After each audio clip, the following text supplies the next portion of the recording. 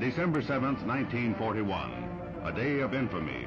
Even as Japanese diplomats were conferring with Secretary of State Hull on peace measures, Nipponese planes were swooping down on Pearl Harbor.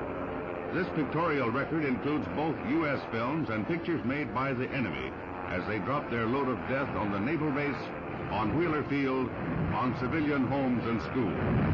100 Japanese planes and a number of midget submarines took part in the attack.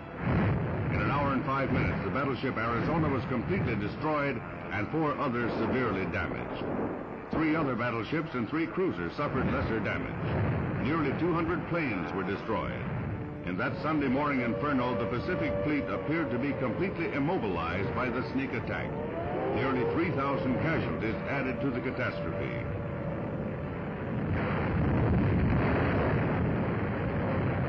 Within hours, the United States declared war. The attack on Pearl Harbor united Americans as never before in history. In the explosions at Pearl Harbor, there was forged the will for complete and absolute victory over the forces of evil. In Hawaii, civilian and soldier alike turned to the task of caring for the wounded and homeless. At the time, an actual landing by the Japanese was expected, and makeshift plans were made to fight the invader on the beaches and in the streets.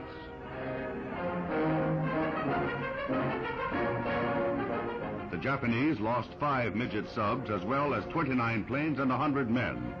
Small cost for the damage they were able to inflict on the U.S. fleet. 2